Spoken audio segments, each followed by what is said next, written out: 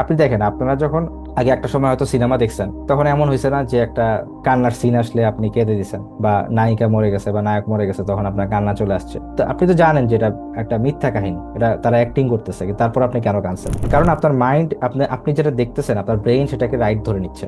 So আপনি আপনার ব্রেইনকে যেটা বারবার ইমাজিন করাবেন, ও আপনাকে সেদিকেই ডিরেকশন দিবে। তার মানে কি হচ্ছে, যে আপনি যখন পর্নে অ্যাডিক্টেড, তখন বারবার আপনার মাইন্ডে পর্ন দেখা চিন্তা আসতেছে, বারবার পর্ন দেখা চিন্তা আসতেছে। এখন আপনি এটার এগেনস্টে গিয়ে আপনি প্রতিদিন হ্যাবিট বানাইলেন কি, যে আমি সকালবেলা উঠেই আমি কল্পনা করি আমি সারাদিন কেমনে চলতে চাই, এটাকে আপনি হ্যাবিট বানায় ফেললেন। আবার আপনি প্রতিদিন এটা করেন, তখন দেখবেন যে আপনার পর্নের যে রিওয়ার্ড পাথওয়েটা ছিল ওটা উইক হয়ে গেছে। আপনি এমন একটা নতুন হ্যাবিট ক্রিয়েট করছেন, এবং এটার যে রিওয়ার্ড পাথওয়ে এটা এতটাই স্ট্রং হয়ে গেছে যে এটাই তখন আপনার ওই পর্নের চিন্তাটা ওইটাকে ফাইট ব্যাক করবে, আপনার সাবকনসিয়াস লেভেলে ফাইট ব্যাক করবে। তার মানে আমি যেটা হইতে চাই সেটা আমি বারবার কল্পনা করব, তাহলে ওইটা আমার জন্য সহজ হয়ে যাবে ইনশাল্লাহ, এবং আমি ওটাতে ডিটারমাইন্ড থাকতে পারবো।